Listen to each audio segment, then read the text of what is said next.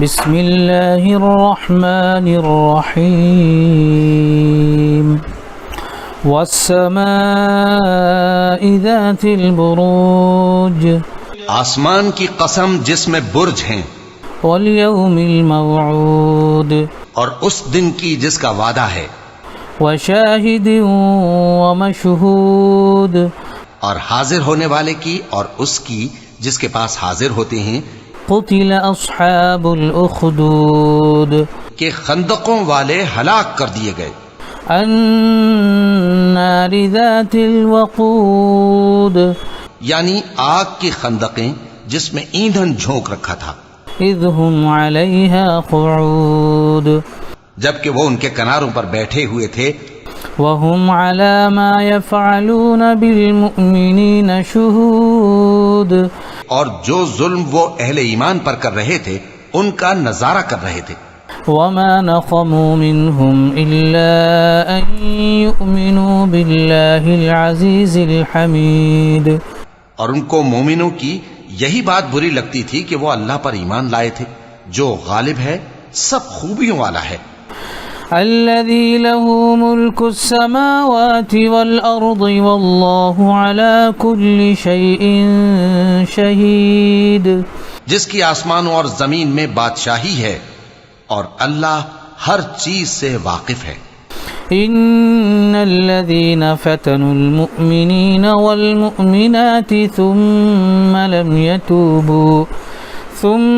لم يتوبوا فلهم عذاب جهنم ولهم عذاب الحريق جن لوگوں نے مومن مردوں اور مومن عورتوں کو تکلیفیں دیں اور توبہ نہ کی، ان کو دوزخ کا اور عذاب بھی ہوگا اور جلنے کا عذاب بھی۔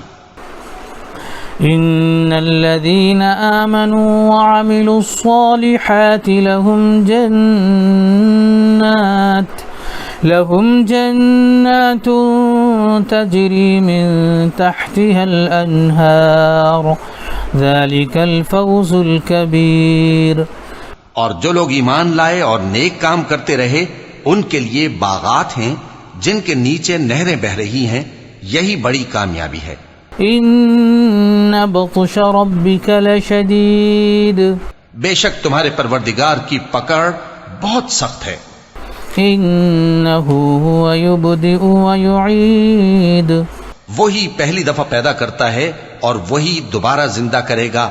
وهو الغفور الودود ذو العرش المجيد اور وہ بخشنے والا ہے،